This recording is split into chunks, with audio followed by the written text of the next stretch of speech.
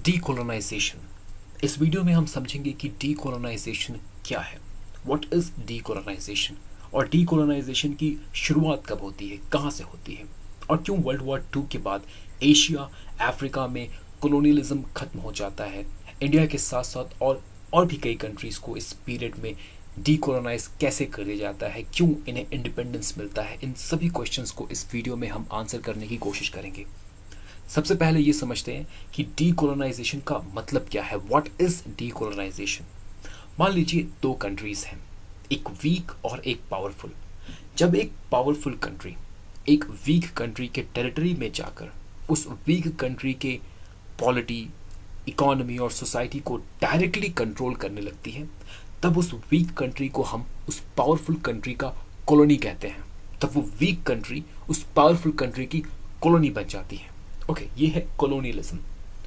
Decolonisation, decolonisation उस process का नाम है। डीकोलोनाइजेशन हम उस प्रोसेस को कहते हैं जिस प्रोसेस के द्वारा एक वीक कंट्री या एक कॉलोनी अपने इंडिपेंडेंस को, अपने ऑटोनॉमी को उस पावरफुल कंट्री से वापस हासिल करती है, किसी भी माध्यम से लड़कर, संघर्ष करके वापस करती है।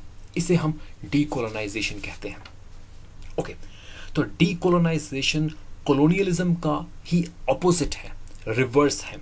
अगर कॉलोनियलिज्म का मतलब है एक पावरफुल कंट्री के द्वारा अपने कंट्रोल को, अपने डोमिनेंस को एक वीक कंट्री के ऊपर, एक वीक कंट्री के पॉलिटी और सोसाइटी के ऊपर एक्सटेंड करना, तो डीकोलोनाइजेशन का मतलब होगा कि उस पावरफुल कंट्री और वीक कंट्री के बीच मौजूद इस डोमिनेंस के रिलेशनशिप को, इस सब्जुगेशन के रिलेशनशिप को परमानेंटली ब्रेक करना। ओके, तो कॉलोनियलिज्म एक रिलेशनशिप एस्टैब्लिश करता है, पावरफुल और वीक कंट्री के बीच एक सब्जुगेशन और डोमिनेंस का रिलेशनशिप एस्टैब्लिश करता है। और डीकोलोनाइजेशन का काम है पावरफुल और वीक कंट्री के बीच मौजूद इस रिलेशनशिप को, इस डोमिनेंस, इस सब्जुगेशन के रिलेशनशिप को एंड करना, ब्रेक करना, परमानेंटली खत्म करना। और जब ये रिलेशनशिप ब्रेक हो जाता है और जब दुनिया ये रिकॉग्नाइज कर लेती है कि हाँ, अब इस कंट्री के बीच, इन दो कंट्रीज के बीच, पावरफुल और वीक कंट्रीज के बीच किसी भी तरह का कोई डोमिनेंस का रिलेशनशिप नहीं है, सब्जुगेशन का रिलेशनशिप नहीं है, तब उस वीक कंट्री को हम इंडिपेंडेंट और सॉवरेन कंट्री कहते हैं। ओके, ये है एग्जाम्पल, ये है मतलब डीकोलोनाइजेशन का। अब अगर हम पूछें कि डीकोलोनाइजेशन की शुरुआत कहाँ से होती है, तब हमारा आंसर क्या होगा। देखिए, डीकोलोनाइजेशन के बिगिनिंग को समझने के लिए हमें कॉलोनियलिज्म के हिस्ट्री को थोड़ा समझना होगा। एक कंट्री के ऊपर दूसरे कंट्री के द्वारा अपने पावर, अपने कंट्रोल को एस्टैब्लिश करना, ये हिस्ट्री का एक कॉमन फेनोमेना रहा है। ओके, इतिहास में कई एम्पायर्स हुए हैं जिनका मेन एम क्या था, बस टेरिटोरियल एक्सपेंशन। और टेरिटोरियल एक्सपेंशन करने के लिए एक एम्पायर के द्वारा क्या किया जाता है, जो वीक टेरिटरी है, जो वीक किंगडम्स हैं, उस एम्पायर के अराउंड उन वीक किंगडम, उन वीक टेरिटरी को अपने एम्पायर में सम्मिलित कर लेना, इंक्लूड कर लेना, एक्वायर कर लेना, वॉर के माध्यम से, युद्ध के माध्यम से।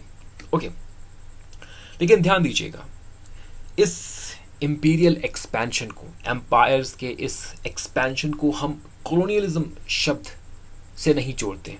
ओके, यहाँ पर हम कॉलोनियलिज्म शब्द का प्रयोग नहीं करते। कॉलोनियलिज्म शब्द का प्रयोग हम यूरोपियन कंट्रीज के संदर्भ में ही करते हैं, यूरोपियन कंट्री के कॉन्टेक्स्ट में ही करते हैं। जैसे जैसे इन यूरोपियन कंट्रीज अपने पावर को एक्सपैंड करती गई all over the globe, through out the world, colonialism वैसे वैसे बढ़ता गया।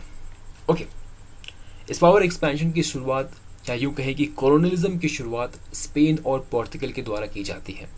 स्पेन और पोर्तुगल के बाद ब्रिटेन, हॉलैंड और बाकी यूरोपियन पावर्स भी इस कॉलोनियल एक्सपेंशन में पार्टिसिपेट करने लगती हैं। अमेरिका, एशिया, अफ्रीका, इन सभी कॉन्टिनेंट्स में इन कुछ यूरोपियन पावर्स का कॉलोनीज इस्टेब्लिश हो जाता है। ये कुछ यूरोपियन पावर्स अपने कॉलोनीज को इस्टेब्लिश कर लेती हैं। अब कॉलोनीज इस्टेब्लिश होने के बाद हर जगह इन सभी कॉलोनीज में इन कॉलोनियल पावर के अगेंस्ट लोकल पीपल का, इंडिजिनस पीपल का रिवोल्ट भी शुरू हो जाता है। Local people, indigenous people revolt भी करते हैं, रेजिस्ट करने की कोशिश करते हैं इन कॉलोनियल पावर को। लेकिन टेक्नोलॉजिकल बैकवर्डनेस के कारण इन लोकल पीपल के पास वो टेक्नोलॉजी नहीं होता, वो मिलिट्री कैपेबिलिटी नहीं होता, इसलिए इन कॉलोनियल पावर को ये रेजिस्ट नहीं कर पाते, इनके अगेंस्ट ये खड़े नहीं हो पाते। तो टेक्नोलॉजिकल बैकवर्डनेस के कारण, मिलिट्री बैकवर्डनेस के कारण ये इंडिजिनस पीपल कॉलोनियल पावर को सक्सेसफुली अपने टेरिटरी से रिमूव नहीं कर पाते। लेकिन 1776 एक इम्पॉर्टेंट, एक लैंडमार्क ईयर है। इसी साल नॉर्थ अमेरिका को ब्रिटिश रूल से इंडिपेंडेंस मिलता है, जिसे हम अमेरिकन रेवोल्यूशन या अमेरिकन वॉर ऑफ इंडिपेंडेंस कहते हैं।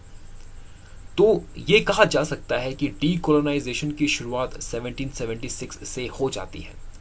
इसके बाद कॉलोनियल रूल से इंडिपेंडेंट होने वाला हैती दूसरा कंट्री बनता है। 1791 में हैती को फ्रेंच रूल से इंडिपेंडेंस मिलता है। फिर 19th सेंचुरी में साउथ अमेरिका में मौजूद कई कॉलोनीज इंडिपेंडेंट होते हैं। स्पेन और पोर्तुगल धीरे धीरे अपने कॉलोनीज को इंडिपेंडेंट कर देता है।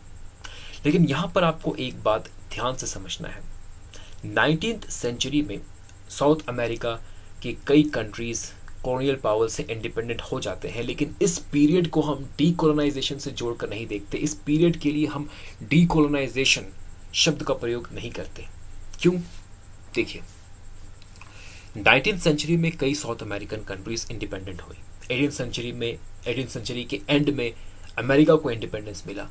इन सारे इंसिडेंट्स को इंडिपेंडेंस मूवमेंट कहा जा सकता है। इंडिपेंडेंस मूवमेंट कहना बेहतर होगा, डीकोलोनाइजेशन नहीं। क्यों? क्योंकि इस पीरियड में भले ही कंट्रीज इंडिपेंडेंट हुई, चाहे वो साउथ अमेरिका की कंट्रीज हो या नॉर्थ अमेरिका हो, नॉर्थ अमेरिका में अमेरिका की 13 कॉलोनीज हो, इस पीरियड में भले ही कंट्रीज इंडिपेंडेंट हुई, लेकिन कॉलोनियल पावर खत्म नहीं हुआ, इंपीरियल पावर खत्म नहीं हुआ। फॉर एग्जाम्पल, अंग्रेज नॉर्थ अमेरिका को छोड़कर तो चले गए, लेकिन फिर अंग्रेजों ने एशिया और अफ्रीका में अपनी कॉलोनीज एस्टैब्लिश कर ली। तो कॉलोनियल पावर एग्जिस्टेंस में था। कंट्रीज इंडिपेंडेंट हो रही थी, लेकिन कॉलोनियल पावर एग्जिस्टेंस में था। कॉलोनियल पावर एक जगह से दूसरे जगह अपने कॉलोनी को एस्टैब्लिश कर रहा था। तो कॉलोनियल पावर्स के रहते हुए आप डीकोलोनाइजेशन की बात नहीं कर सकते। डीकोलोनाइजेशन तभी होगा जब ये कॉलोनियल पावर, ये इंपीरियल पावर भी खत्म हो जाएगी।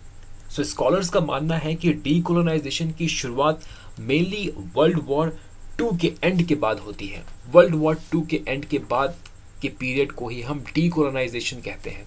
ओके, इससे पहले के पीरियड को नहीं। तो वर्ल्ड वॉर 2 के बाद ही डीकोलोनाइजेशन की शुरुआत हुई। और वर्ल्ड वॉर 2 के बाद ही डीकोलोनाइजेशन की शुरुआत क्यों हुई? कई रीजंस है रिस्पॉन्सिबल, कई फैक्टर्स है इसके पीछे। एक एक करके इन सभी रीजंस को हम समझते हैं। सबसे पहला कारण था वर्ल्ड वॉर 2 के बाद यूएसए का एक सुपर पावर की तरह उभरना।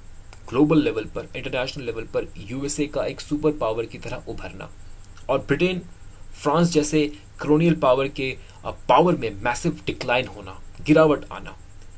यूएसए नहीं चाहता था कि ब्रिटेन और फ्रांस अपने कॉलोनियल एम्पायर, अपने इंपीरियल रूल को कंटिन्यू करें। यूएसए चाहता था कि ब्रिटेन और फ्रांस धीरे धीरे अपने कॉलोनीज को इंडिपेंडेंट कर दे, उन्हें आज़ादी दे दे। और क्योंकि यूएसए सुपर पावर था, इसलिए नहीं चाहते हुए भी धीरे धीरे ब्रिटेन और फ्रांस को यूएसए की बात माननी पड़ी और अपने कॉलोनीज को इंडिपेंडेंस देना पड़ा।